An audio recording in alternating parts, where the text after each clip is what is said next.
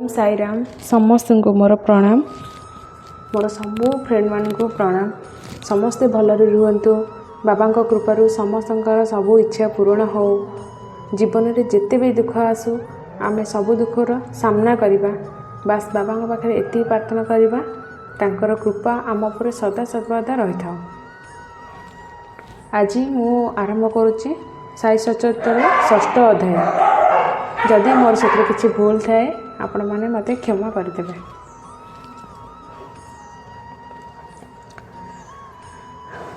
सद्गुरु जितेबाला जन सुदक्ष नाविक हो से निश्चय कुशलता एवं पारदर्शितार सह आमको ये भवसागर उद्धार करेंगे। सद्गुरु शब्द उच्चारण करने मात्रे मो मानस पटक श्री साई स्मृति भासी आसूची।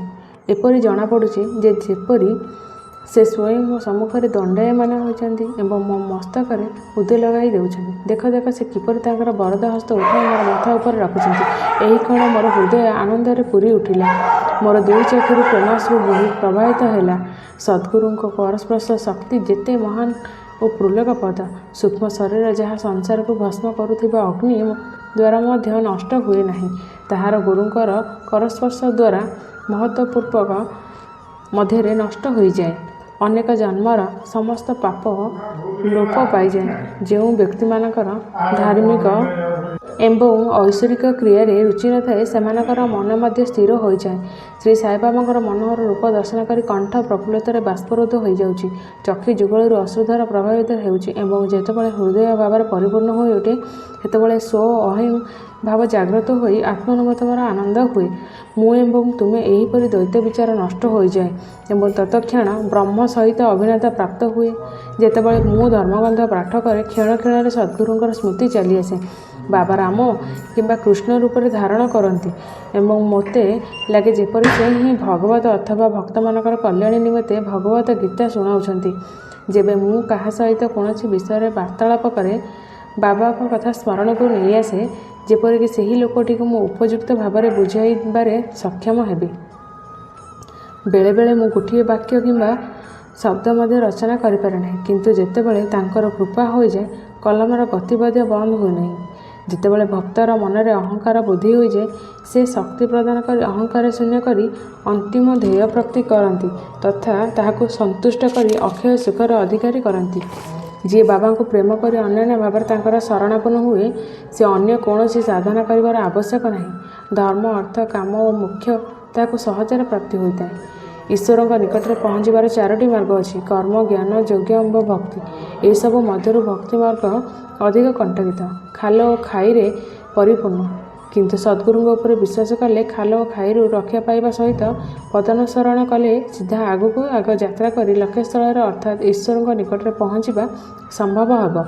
श्री साई बाबा दृढ़ता सह कहते जे स्वयं ब्रह्मा एवं विश्वर उत्पत्ति पालन एवं संहार यही 3टी शक्तिर पृथकता मध्य भी एकता अच्छी। भक्त मानकर कल्याण निमित्त श्री साई बाबा स्वयं जो वचन आश्वासन देइछन्ति ताहाको निम्न उद्धार करा जाउछि। मोर भक्त मानकर घरे अन्यर तथा वस्त्रर अभाव रहिबानी। यह मोर वैशिष्ट्य कि जे मोर शरणापन्न हुए एवं अंतकरण में मोर उपासना करे ताहार कल्याणार्थे मु सर्वदा चिंतित रहे। भगवान श्रीकृष्ण मध्य गीतार यही कथा समान कहिछन्ति। एथिपाई भोजन तथा वस्त्र पाई विशेष चिंतार प्रयोजन नहीं। जदि किछि मागिबार अभिलाष अच्छी तो ईश्वर को ही माग। सांसारिक सुख और सम्मान आशा त्याग करी ईश्वर कृपा तथा तांकठारु अभय प्राप्ति कर एवं तांक द्वारा सम्मानित हुओ। सांसारिक वस्तु द्वारा पथभ्रष्ट होबारु निवृत्त रुह। ईश्वर इष्टदेवता को दृढ़ता सह भिड़ी धर। समस्त इंद्रिय और मन को ईश्वर चिंतार नियोजित कर दियो। कौन सी पदार्थ आकर्षित हुए नहीं, सर्वदा मोर स्मरण में मन को लगाओ। यह द्वारा ताहा शरीर संपत्ति और ऐश्वर्य प्रति ढलिब नहीं। फल मन स्थिर शांत और निर्भय हो। यही प्रकार विचार प्रकट कले जना पड़िबो जे जीव सुसंगीत लाभ करिछि। जदि मनर चंचलता नष्ट न हुए ताहले एकाग्रता आसीब नहीं। बाबांकर उपरोक्त बाणी को उद्धार कर ग्रंथकार शिरडी रामनवमी उत्सवर वर्णना करिसेंति। शिरडी पालन करा जाउथबा उत्सव गुड़िक मध्य रामनवमी बड़ आनंद उल्लास सहकार पालन करा जायते। सुंदर यही उत्सवर पूर्ण विवरणी साई लीला पृष्ठरे जेपरि प्रकाशित होइछि ताहार संक्षेप रूप एठारे प्रकाश करागला। कोपर गाँव में गोपाल राव गुंड नाम जड़े इन्स्पेक्टर थिले। ସେ ବାବାଙ୍କର ପରମ ଭକ୍ତ ଥିଲେ। ତାଙ୍କର 3 ଜଣ ସ୍ତ୍ରୀ ଥିଲେ, କିନ୍ତୁ ଗୋଟିଏ ବି ସନ୍ତାନ ନଥିଲା। ଶ୍ରୀ ସାଇବାବାଙ୍କ କୃପାରୁ ତାଙ୍କର ଗୋଟିଏ ପୁତ୍ର ହେଲା। ଏହି ଖୁସି ଅବସରରେ 1897 ମସିହାରେ ତାଙ୍କର ମନକୁ ଗୋଟିଏ ବିଚାର ଆସିଲା ଯେ ଶିରିଡ଼ିରେ ମେଳା ଅଥବା ଉତ୍ସବ ପାଳନ କରାଗଲା ଭଲ ହୁଅନ୍ତା। ସେ ଏହି କଥା ଅନ୍ୟାନ୍ୟ ଭକ୍ତ ତଥା ତାତ୍ୟା ପାଟିଲ, ଦାଦା କୋତେଲ ପାଟିଲ, ମାଧବରାଓ, ଶ୍ୟାମଙ୍କୁ କହିଲେ। ସମସ୍ତଙ୍କ ମନକୁ ପ୍ରସ୍ତାବଟି ପାଇଲେ ଆମ ବାବାଙ୍କର ମଧ୍ୟ ସ୍ୱୀକୃତି ମିଳିଗଲା। ଉତ୍ସବ ପାଳନ ପାଇଁ ସରକାରୀ ଅନୁମତି ଲୋଡ଼ା ଥିଲା। ଏଥିନିମନ୍ତେ ଏକ ଦରଖାସ୍ତ ଜିଲ୍ଲାପାଳଙ୍କ ନିକଟକୁ ପଠାଗଲା, କିନ୍ତୁ ଗ୍ରାମର କୁଲକର୍ଣ୍ଣୀଙ୍କ ଆପତ୍ତି ଯୋଗୁଁ ସ୍ୱୀକୃତି ମିଳିଲା ନାହିଁ। ତେବେ ବାବାଙ୍କ ସ୍ୱୀକୃତି ତ ମିଳିସାରିଥିଲା, ତେଣୁ ପୁଣି ଥରେ ଚେଷ୍ଟା କରିବାକୁ ଅନୁମତି ମିଳିଗଲା। ବାବାଙ୍କ ଅନୁମତିରେ ରାମନବମୀ ଦିନ ଉତ୍ସବ ପାଳନ କରିବାକୁ ସ୍ଥିର ହେଲା। ଯାହା ଜଣାଯାଏ ଯେ କିଛି ଉଦ୍ଦେଶ୍ୟ ରଖି ହିଁ ବାବା ଏଥିପାଇଁ ଅନୁମତି ପ୍ରଦାନ କରିଥିଲେ, କାରଣ ରାମନବମୀ ଉତ୍ସବ ଗୋଟିଏ ଦିନରେ ପାଳନ କରିଥିବା ଅର୍ଥ ହିନ୍ଦୁ ଓ ମୁସଲମାନଙ୍କ ମଧ୍ୟରେ ଏକତା ପ୍ରତିଷ୍ଠା ହେବ। ତେବେ ପ୍ରଥମ ବାଧା ସିନା କୌଣସି ପ୍ରକାର ଟଳିଗଲା, ଏବେ ଦ୍ୱିତୀୟ ଅସୁବିଧା ଦେଖାଗଲା ଜଳର ଅଭାବ। ଶିରିଡ଼ି ତ ଏକ କ୍ଷୁଦ୍ର ଗ୍ରାମ ଥିଲା। ପୂର୍ବ କାଳରୁ ହିଁ ଏଠାରେ ଜଳର ଅଭାବ ଦେଖାଯାଉଥିଲା। ଗ୍ରାମରେ କେବଳ 2ଟି କୂଅ ଥିଲା, ଯାହା ମଧ୍ୟରୁ ଗୋଟିଏ ପ୍ରାୟତଃ ଶୁଖିଲା ରହୁଥିଲା। ଦ୍ୱିତୀୟ କୂଅର ପାଣି ଖାରିଆ ଥିଲା। ବାବା ସେହି କୂଅରେ ଫୁଲଟିଏ ପକାଇ ତାହାର ଜଳ ମିଠା କରିଦେଲେ। ହେଲେ ଗୋଟିଏ କୂଅର ଜଳ କେତେ ଲୋକଙ୍କୁ ବା ଅଣ୍ଟନ୍ତା? ଏଥିପାଇଁ ତାତ୍ୟା ପାଟିଲ ବାହାରୁ ଜଳ ମାଗିବାର ବ୍ୟବସ୍ଥା କଲେ। କାଠ ଓ ବାଉଁଶ ଘେରାଇ କିଛି ଦୋକାନ ଘର ତିଆରି କରାଗଲା ଏବଂ କୁସ୍ତି ଖେଳର ଆୟୋଜନ ହେଲା। ଗୋପାଳରାଓ ଗୁଣ୍ଡଙ୍କୁ ଜଣେ ବନ୍ଧୁ ଦାମୁଅଣା କାସର ଅହମଦନଗରରେ ରହୁଥିଲେ। ସେ ମଧ୍ୟ ସନ୍ତାନହୀନ ଥିବାରୁ ଦୁଃଖରେ ରହୁଥିଲେ। ଶ୍ରୀ ସାଇବାବାଙ୍କ କୃପାରୁ ତାଙ୍କର ଗୋଟିଏ ପୁତ୍ରରତ୍ନ ପ୍ରାପ୍ତି ହେଲା। ଶ୍ରୀ ଗୁଣ୍ଡ ତାଙ୍କୁ ଗୋଟିଏ ପତାକା ଦେବାକୁ କହିଲେ। ଜାଗିରଦାର ଶ୍ରୀ ନାନା ସାହେବ ନିମଙ୍କରଙ୍କ ମଧ୍ୟ ଗୋଟିଏ ପତାକା ଦେଲେ। ଏହି 2ଟି ପତାକା ବଡ଼ ସମାରୋହ ସହକାରେ ଗ୍ରାମରୁ ବାହାରିଲା ଏବଂ ସେହି ମସଜିଦରେ, ଯାହାକୁ ବାବା ଦ୍ୱାରକା ଇମାମ ମଧ୍ୟରେ ସମ୍ବୋଧନ କରୁଥିଲେ, ତାହାର କୋଣ ଦେଶରେ ଟାଙ୍ଗି ଦିଆଗଲା। ଏହି କାର୍ଯ୍ୟକ୍ରମ ପୂର୍ବପରି ମଧ୍ୟ ଚାଲୁଅଛି। ଏହି ମେଳା ଅବସରରେ ଅନ୍ୟ ଏକ କାର୍ଯ୍ୟକ୍ରମର ମଧ୍ୟ ଶୁଭାରମ୍ଭ ହେଲା, ଯାହା ହେଲା ଚନ୍ଦନୋତ୍ସବ ନାମରେ ପ୍ରସିଦ୍ଧ। କୋରହଲରଙ୍କର ଜଣେ ମୁସଲମାନ ଭକ୍ତ ଅମୀର ଶକର ଦଲାଲ ମସ୍ଜିଦରୁ ଏହା ଉଦ୍ଭୂତ ହୋଇଥିଲା। ପ୍ରାୟତଃ ଏହି ପ୍ରକାର ଉତ୍ସବ ସିଧ ମୁସଲିମ ସନ୍ଥଙ୍କ ସମ୍ମାନ ଉଦ୍ଦେଶ୍ୟରେ କରାଯାଇଥାଏ।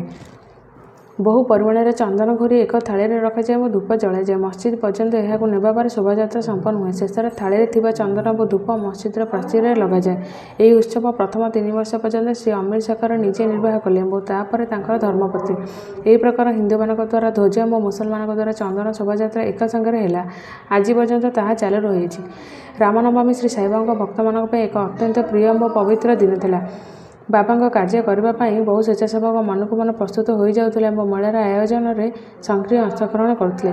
ବାହାରର ସମସ୍ତ କାର୍ଯ୍ୟଭାର ତାତ୍ୟା ପାଟିଲ ଏବଂ ଆଭ୍ୟନ୍ତରୀଣ କାର୍ଯ୍ୟ ଦାୟିତ୍ୱ ଶ୍ରୀ ସାଇବାବାଙ୍କ ଜଣେ ପରମ ଭକ୍ତ ମହିଳା ରାଧାକୃଷ୍ଣ ମାଈ ସମ୍ଭାଳୁଥିଲେ। ଏହି ଅବସରରେ ତାଙ୍କର ନିବାସସ୍ଥଳ ଅତିଥିଙ୍କୁ ଭିଡ଼ରେ ପୂରି ଯାଉଥିଲା ଏବଂ ତାଙ୍କୁ ସମସ୍ତଙ୍କର ଆବଶ୍ୟକତା ପ୍ରତି ଧ୍ୟାନ ରଖିବାକୁ ହେଉଥିଲା।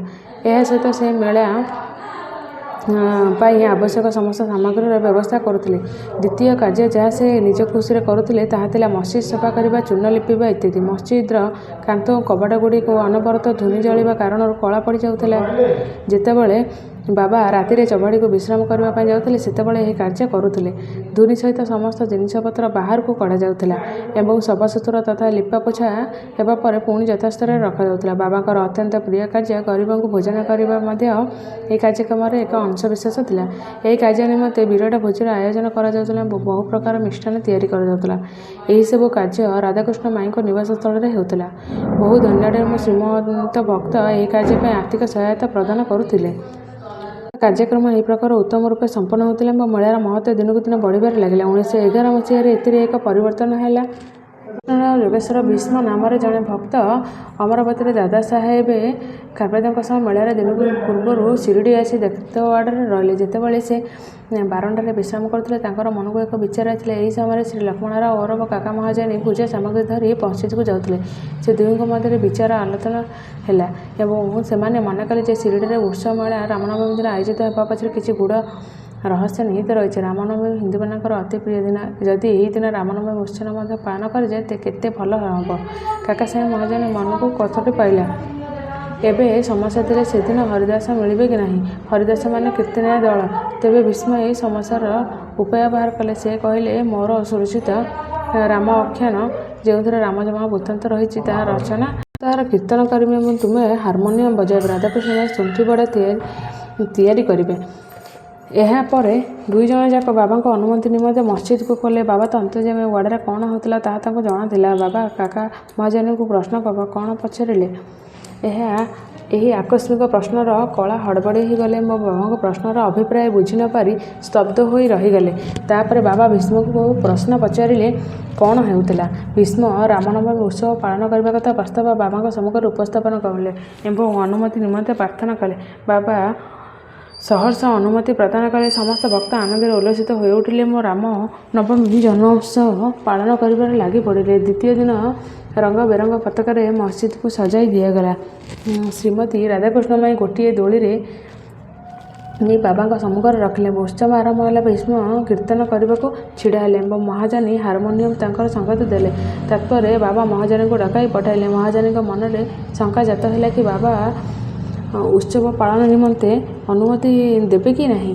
କିନ୍ତୁ ଯେତେବେଳେ ସେ ବାବାଙ୍କ ପାଖରେ ପହଞ୍ଚିଲେ ବାବା ତାଙ୍କୁ ପ୍ରଶ୍ନ କଲେ ଏସବୁ କ'ଣ, ଦୋଳି କାହିଁକି ରଖାଯାଇଛି।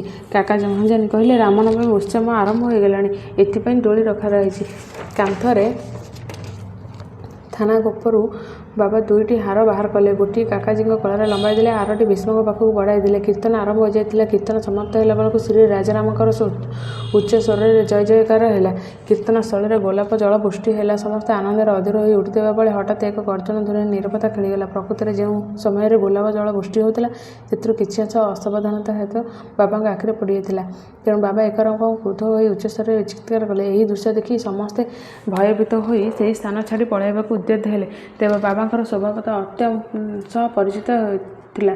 ଲୋକେ ଏଥିରୁ ବିବ୍ରତ ହୁଅନ୍ତେ କାହିଁକି। ବାବାଙ୍କର ଏହି କ୍ରୋଧକୁ ସେମାନେ ଆଶୀର୍ବାଦ ରୂପେ ଗ୍ରହଣ କଲେ। ସେମାନେ କଲେ ଯେ ଆଜି ରାମଙ୍କର ଜନ୍ମଦିନ, ତେଣୁ ରାବଣର ବିନାଶ ଅର୍ଥାତ୍ ଅହଂକାର ଏବଂ ଦୁଷ୍ଟ ପ୍ରବୃତ୍ତିର ରାକ୍ଷସର ସଂହାର ନିମିତ୍ତେ ବାବାଙ୍କ ମନ କ୍ରୋଧରେ ଉତ୍ପନ୍ନ ହେବାକୁ ସ୍ୱାଭାବିକ। ଏହି ସହିତ ସେମାନେ ଏକଥା ମଧ୍ୟ ଜାଣିଥିଲେ ଯେ ଯେବେ ଶିରିଡ଼ିରେ ଏପରି କୌଣସି ନୂତନ କାର୍ଯ୍ୟକ୍ରମ ଆରମ୍ଭ ହେଉଥିଲା ବାବା ହଠାତ୍ ରାଗି ଯାଉଥିଲେ। ତେଣୁ ସମସ୍ତେ ଭୀଷ୍ମ ନୟନରେ ଚାହିଁ ରହୁଥିଲେ। ରାଧାକୃଷ୍ଣମାଇ ମଧ୍ୟ ଭୟଭୀତ ହୋଇପଡ଼ିଥିଲେ। କାଳେ ବାବା ତାଙ୍କର ଦୋଳିଟି ଭାଙ୍ଗି ଦେବେ। ଏଥିପାଇଁ ସେ କାକା ମହାଜନଙ୍କୁ ଦୋଳିକୁ ହଟାଇବାକୁ ଅନୁରୋଧ କଲେ। କିନ୍ତୁ ବାବା ତାଙ୍କୁ ଏଥିରୁ ନିବୃତ୍ତ କଲେ। କିଛି ସମୟ ପରେ ବାବା ଶାନ୍ତ ହେଲେ ଏବଂ ସେହିଦିନର ମହାପୂଜା ବା ଆରତୀ ନିର୍ବିଘ୍ନରେ ସମାପନ ହେଲା। ଏହାପରେ କାକା ମହାଜନୀ ବାବାଙ୍କୁ ଦୋଳିକୁ ହଟାଇବାକୁ ଅନୁମତି ମାଗିଲେ। ବାବା ତାହାକୁ ପ୍ରତ୍ୟାଖ୍ୟାନ କରି କହିଲେ କି ଏହି ଉତ୍ସବ ସରିଲା କେଉଁଠି, ପରଦିନ ଗୋପାଳବାଲା ଉତ୍ସବ ପାଳନ କରିବା। ତାହାପରେ ବାବା ଦୋଳି ହଟାଇବାକୁ ଅନୁମତି ଦେଲେ। ଏହି ଉତ୍ସବରେ ଚୂଡ଼ା ଦହିକୁ ମିଶାଇ ଏକ ହାଣ୍ଡିରେ ରଖି ଟଙ୍ଗାଇ ଦିଆଯାଏ। କୀର୍ତ୍ତନ ଶେଷରେ ଏହାକୁ ଭଙ୍ଗାଯାଇଥାଏ। ଶେଷରେ ପ୍ରସାଦ ରୂପେ ତାହାକୁ ସମସ୍ତଙ୍କ ମଧ୍ୟରେ ବିତରଣ କରାଯାଏ। ଯେପରି ଶ୍ରୀକୃଷ୍ଣ ଗୋପାଳମାନଙ୍କ ସହିତ ଖେଳୁଥିଲେ। ରାମନବମୀ ଉତ୍ସବ ଏହିପରି ଭାବରେ ଦିନସାରା ଚାଲୁଥିଲା। ଦିନବେଳା ଦୁଇଟି ପତାକା ଶୋଭାଯାତ୍ରା ଓ ରାତିରେ ଚନ୍ଦନଯାତ୍ରା ବଡ଼ ଧୁମ୍ଧାମ୍ ସହକାରେ ପରିକ୍ରମା କରୁଥିଲା। ଏହି ପରଠାରୁ ଉତ୍ସବ ରାମନବମୀ ଉତ୍ସବରେ ପରିଣତ ହେଲା। ପରବର୍ଷ 1912 ମସିହାରେ ରାମନବମୀ କାର୍ଯ୍ୟସୂଚୀରେ ପରିବର୍ଦ୍ଧନ କରାଗଲା। ଶ୍ରୀମତୀ ରାଧାକୃଷ୍ଣମାଇ ଚୈତ୍ର ପ୍ରତିପଦାରୁ ନାମ ସପ୍ତାହ ଆରମ୍ଭ କଲେ। ଆହାର ଅର୍ଥ ଭାଗବତ ନାମ କୀର୍ତ୍ତନକୁ ନାମ ସପ୍ତାହ କୁହାଯାଏ। ସମସ୍ତ ଭକ୍ତ ଏଥିରେ ପାଳି କରି ଅଂଶଗ୍ରହଣ କରୁଥିଲେ। ଦେଶର ସବୁ ପ୍ରାନ୍ତରେ ରାମନବମୀ ଉତ୍ସବ ବଡ଼ ଆନନ୍ଦ ଓ ଉଲ୍ଲାସରେ ପାଳନ କରାଯାଇଥାଏ। ତେଣୁ ଏହି ବର୍ଷ ମଧ୍ୟ ହରିଦାସ ମିଳିବା ସମସ୍ୟା ଦେଖାଗଲା। କିନ୍ତୁ ଉତ୍ସବ ପୂର୍ବରୁ ଏହି ସମସ୍ୟା ଦୂର ହୋଇଗଲା। 5-6 ଦିନ ପୂର୍ବରୁ ଶ୍ରୀ ମହାଜନୀଙ୍କର ବାଲବୁବାଙ୍କ ସହିତ ଆକସ୍ମିକ ଭେଟ ହେଲା। ବୁବା ସାହେବ ଆଧୁନିକ ତୁକାରାମ ଭାବରେ ଖ୍ୟାତି ଅର୍ଜନ କରିଥିଲେ। ଏହି ବର୍ଷ କୀର୍ତ୍ତନ ଦାୟିତ୍ୱ ତାଙ୍କୁ ଉପରେ ଅର୍ପଣ କରାଗଲା। ତହିଁ ପରବର୍ଷ 1913 ମସିହାରେ ଆଉ ଜଣେ ହରିଦାସ ତାଙ୍କ ଗ୍ରାମରେ ପ୍ଲେଗ ରୋଗର ପ୍ରକୋପ ଯୋଗୁଁ ସେଠାରେ କୀର୍ତ୍ତନ କରିପାରିଲେ ନାହିଁ। ଏଣୁ ସେ ଶିରଡ଼ିରେ ପଳାଇ ଆସିଲେ। ତାଙ୍କ ଦ୍ୱାରା କୀର୍ତ୍ତନ କରାଇବା ନିମନ୍ତେ କାକାସାହେବ ଦୀକ୍ଷିତ ବାବାଙ୍କର ଅନୁମତି ଲାଭ କଲେ। ଫଳରେ ସେ କୀର୍ତ୍ତନ କଲେ ଏବଂ ତାଙ୍କୁ ଯଥେଷ୍ଟ ପୁରସ୍କାର ପ୍ରଦାନ କରାଗଲା। 1914 ମସିହାରେ ହରିଦାସ ବା କୀର୍ତ୍ତନ ସମସ୍ୟା ବାବା ସବୁଦିନ ପାଇଁ ଦୂର କରିଦେଲେ। ଏହି କାର୍ଯ୍ୟ ପାଇଁ ଏବେ ସ୍ଥାୟୀ ରୂପରେ ଶ୍ରୀ ଦାସଗଣୁ ମହାରାଜଙ୍କୁ ଅର୍ପଣ କରାଗଲା। ସେ ସଫଳତାର ସହ ବା ଭାବପୂର୍ଣ୍ଣ ସହକାରେ ଏହି କାର୍ଯ୍ୟ ନିର୍ବାହ କଲେ। 1952 ମସିହା ପରଠାରୁ ଉତ୍ସବର ଲୋକସଂଖ୍ୟା ଆଶାତୀତ ଭାବରେ ବୃଦ୍ଧି ପାଇବାକୁ ଲାଗିଲା। ଚୈତ୍ର ଶୁକ୍ଳ ଅଷ୍ଟମୀରୁ ଦ୍ୱାଦଶୀ ପର୍ଯ୍ୟନ୍ତ ଶିରିଡ଼ିରେ ଏପରି ଜନସମାଗମ ହେଉଥିଲା ଯେପରିକି ମନେ ହେଉଥିଲା ମହୁମାଛିଙ୍କ ଫେଣା ଲାଗିଛି। ଦୋକାନ ବଜାର ସଂଖ୍ୟା ବଢ଼ି ଚାଲିଲା। ନାମୀ ପୋଇଲମାନଙ୍କ ମଧ୍ୟରେ କୁସ୍ତି ଖେଳ ହେଲା। ଗରିବମାନଙ୍କୁ ଭୋଜନ ଦେବା ପାଇଁ ବିଶାଳ ଆକାରରେ ଭଣ୍ଡାରମାନ ଖୋଲାଗଲା। ରାଧାକୃଷ୍ଣମାଇଙ୍କ କଠିନ ପରିଶ୍ରମ ଫଳସ୍ୱରୂପ ଶିରିଡ଼ିକୁ ସଂସ୍ଥାନ ମର୍ଯ୍ୟାଦା ମିଳିଲା। ସମ୍ପତ୍ତି ପରିମାଣ ଦିନକୁ ଦିନ ବଢ଼ି ଚାଲିଲା। ଗୋଟିଏ ସୁନ୍ଦର ଘୋଡ଼ା, ପାଲିଙ୍କି ରଥ, ରୂପାର ଅନ୍ୟାନ୍ୟ ପଦାର୍ଥ ଏବଂ ବାସନକୁସନ ଇତ୍ୟାଦି ଭକ୍ତମାନେ ଉପହାର ଆକାରରେ ଦେଲେ। ଉତ୍ସବ ଅବସ୍ଥାରେ ହାତୀ ଅଣାଯାଉଥିଲା। ଯଦିଓ ସମ୍ପତ୍ତି ବେଶ୍ ବୃଦ୍ଧି ପାଇଲା, ବାବା ସେଥିରେ ପୂର୍ଣ୍ଣ ଅନାସକ୍ତ ରହୁଥିଲେ। ସେ ତାକୁ ଉପେକ୍ଷା ଦୃଷ୍ଟିରେ ଦେଖୁଥିଲେ ମୁଁ ପୂର୍ବପରି ସାଧାରଣ ବେଶଭୂଷା ଧାରଣ କରୁଥିଲେ। ଏହା ଉଲ୍ଲେଖନୀୟ ବିଷୟ ଯେ ଉତ୍ସବ ତଥା ଶୋଭାଯାତ୍ରାର ସମୟ ଉଭୟ ହିନ୍ଦୁ ଓ ମୁସଲମାନ ମିଳିମିଶି କରୁଥିଲେ। ଆଜି ପର୍ଯ୍ୟନ୍ତ ସେମାନଙ୍କ ମଧ୍ୟରେ କୌଣସି ବିବାଦ କିମ୍ବା ମତଭେଦ ହୋଇନାହିଁ। ପ୍ରଥମେ ଜନସମାଗମ 5,000ରୁ 7,000 ଭିତରେ ହେଉଥିଲା, କିନ୍ତୁ କୌଣସି ବର୍ଷ ଏହା 75 ବର୍ଷ ପର୍ଯ୍ୟନ୍ତ ବଢ଼ି ଚାଲିଲା। ତଥାପି ଏହି କେବେ କୌଣସି ରୋଗ କିମ୍ବା ଦଙ୍ଗା ହେବାର ନଜିର ଆସିନାହିଁ। ଉତ୍ସବ ମେଳା ପାଳନ କଥା ଯେପରି ପ୍ରଥମେ ଗୋପାଳଗୌଣ୍ଡଙ୍କ ମନରେ ଆସିଥିଲା, ସେହିପରି ମସଜିଦର ଜୀର୍ଣ୍ଣୋଦ୍ଧାର ବିଚାର ପ୍ରଥମେ ତାଙ୍କର ମନକୁ ହିଁ ଆସିଥିଲା। ଏ କାର୍ଯ୍ୟ ନିମନ୍ତେ ସେ ପଥର କଣ୍ଟାମାନ ମଗାଇ ସେସବୁକୁ ଏକତ୍ର କରି ବର୍ଗାକାର କରି କାଟି ରଖିଲେ, କିନ୍ତୁ ଏହି କାର୍ଯ୍ୟରେ ଶ୍ରେୟ ତାଙ୍କୁ ପ୍ରାପ୍ତ ହେବାକୁ ନଥିଲା। ସେହି ଯଶଲାଭ କରିବାର ସୌଭାଗ୍ୟ ନାନାସାହେବ ଚନ୍ଦ୍ରଙ୍କ ପାଇଁ ସୁରକ୍ଷିତ ଥିଲେ। ପାର୍ଶ୍ୱରାସ୍ତା ଏବଂ ଚଟାଣ କାର୍ଯ୍ୟ କାକାସାହେବ ଦୀକ୍ଷିତଙ୍କର। ପ୍ରଥମେ ବାବା ଏହି କାର୍ଯ୍ୟ ନିମନ୍ତେ ସ୍ୱୀକୃତି ଦେଲେ ନାହିଁ, କିନ୍ତୁ ସ୍ଥାନୀୟ ଭକ୍ତ ମହାସମିତିଙ୍କ ଆଗ୍ରହରୁ ବାବାଙ୍କ ଅନୁମତି ମିଳିଲା ଏବଂ ଗୋଟିଏ ରାତିରେ ହିଁ ମସଜିଦର ଚଟାଣ ତିଆରି କରାଗଲା। ଏପର୍ଯ୍ୟନ୍ତ ବାବା ଗୋଟିଏ ଅଖା ଉପରେ ବସୁଥିଲେ। ଏଣିକି ସେହି ଅଖାଟିକୁ ହଟାଇ ସେହି ସ୍ଥାନରେ ଏକ ଛୋଟିଆ ଗଦି ବିଛାଗଲା। 1912 ମସିହାରେ ସଭାମଣ୍ଡଳର କଠିନ ପରିଶ୍ରମ ଉପାନ୍ତରେ ମସଜିଦରେ ଅଗଣା ଅତି ଛୋଟ ତଥା ଯିବା ଆସିବା କରିବାକୁ ଅସୁବିଧା ହେଉଥିଲା। କାକାସାହେବ ଦୀକ୍ଷିତ ଅଗଣାକୁ ବଢ଼ାଇ ତାହା ଉପରେ ଛାତ ପକାଇବାକୁ ଚାହୁଁଥିଲେ। ବହୁ ଅର୍ଥ ବ୍ୟୟ କରି ଲୁହା କଂକ୍ରିଟ ଆଣି ଗଦା ରଖିଲେ ଓ କାମ ମଧ୍ୟ ଆରମ୍ଭ କଲେ। ଦିନ ରାତି ପରିଶ୍ରମ କରି ଭକ୍ତମାନେ ଲୁହା ଖମ୍ବ ପୋତିଲେ। ପରଦିନ ଯେତେବେଳେ ବାବା ଚବାଟରୁ ଫେରିଲେ, ସେହି ଖମ୍ବଗୁଡ଼ିକୁ ଉପାଡ଼ି ଫିଙ୍ଗିଦେଲେ ଓ ଅତି କ୍ରୋଧିତ ହୋଇପଡ଼ିଲେ। ଗୋଟିଏ ହାତରେ ଖମ୍ବ ଧରି ସେ ଉପାଡ଼ିବାକୁ ଲାଗିଲେ ତ ଆର ହାତରେ ତାତ୍ୟାଙ୍କ ଫତେଇ ଟାଣି କାଟିଦେଲେ ଓ ସେଥିରୁ ନିଆଁ ଲଗାଇ ଫିଙ୍ଗିଦେଲେ। ଯେତେବେଳେ ବାବାଙ୍କର ଚକ୍ଷୁ ଯୁଗଳ ଜ୍ୱଳନ୍ତ ଅଙ୍ଗାର ସଦୃଶ ଜ୍ୱଳମାନ ହୋଇଗଲା, ତାଙ୍କ ଆଡ଼କୁ ଚାହିଁବା ପାଇଁ କାହାର ସାହସ ମଧ୍ୟ ନଥିଲା। ସମସ୍ତେ ଭୀତପ୍ରସ୍ତ ହୋଇ ଭାବିବାକୁ ଲାଗିଲେ, ଏବେ କ'ଣ କରାଯିବ। ଫାଗୁଚି ଶିନ୍ଦେ ସାମାନ୍ୟ ସାହସ କରି ଆଗେଇଲେ, କିନ୍ତୁ ବାବା ତାଙ୍କୁ ଧକ୍କା ଦେଇ ଠେଲିଦେଲେ। ଶ୍ୟାମାଙ୍କର ମଧ୍ୟ ସମାନ ଦଶା ହେଲା। ବାବା ତାଙ୍କ ଉପରକୁ ଇଟାମାନ ଖଣ୍ଡା ପକାଇଲେ। ଯିଏ ବି ଶାନ୍ତ କରିବାକୁ ଗଲେ ତାର ଅନୁରୂପ ଦଶା ହେଲା। କିଛି ସମୟ ଉତ୍ତାରୁ କ୍ରୋଧ ଶାନ୍ତ ହେବା ପରେ ବାବା ଜଣେ ଦୋକାନୀକୁ ଡାକି ଏକ ଜରି ଲାଗିଥିବା ପଗଡ଼ି କିଣି ଦାତାଙ୍କ ମୁଣ୍ଡରେ ବାନ୍ଧିଦେଲେ। ତାଙ୍କୁ ସମ୍ବୋଧିତ କରିବାକୁ ଛଳିଲେ। ଏହି ବିଚିତ୍ର ବ୍ୟବହାର ଦେଖି ଭକ୍ତମାନଙ୍କର ଆଶ୍ଚର୍ଯ୍ୟ ସୀମା ରହିଲା ନାହିଁ। ସେମାନେ ବୁଝିପାରୁନଥିଲେ କି ବାବା କେଉଁ ଅଜ୍ଞାତ କାରଣରୁ ଏପରି କ୍ରୋଧିତ ହେଲେ। ତାତ୍ୟାଙ୍କୁ ମାଡ଼ ଦେଲେ କାହିଁକି? ତାଙ୍କର କ୍ରୋଧ ତତ୍କ୍ଷଣାତ୍ ଶାନ୍ତ ହେଲା କିପରି? ବାବା ଯେତେବେଳେ ବେଳେବେଳେ ଅତି ଗମ୍ଭୀର ତଥା ଶାନ୍ତ ମୁଦ୍ରାରେ ରହୁଥିଲେ, ବଡ଼ ପ୍ରେମରେ କଥାବାର୍ତ୍ତା କରୁଥିଲେ, ଆଉ କେତେବେଳେ ବିନା କାରଣରେ କୌଣସି କାରଣରେ ହଠାତ୍ କ୍ରୋଧିତ ହୋଇ ଉଠୁଥିଲେ। ଏହିପରି ଅନେକ ଘଟଣା ଦେଖିବାକୁ ମିଳିଛି, କିନ୍ତୁ ମୁଁ ଏହାର କୌଣସି ନିଷ୍କର୍ଷ ବାହାର କରିପାରେ ନାହିଁ। ଏହା ଭିତରୁ କେଉଁଟା ଲେଖିବି, କେଉଁଟା ବାଦ୍ ଦିଆଯିବ।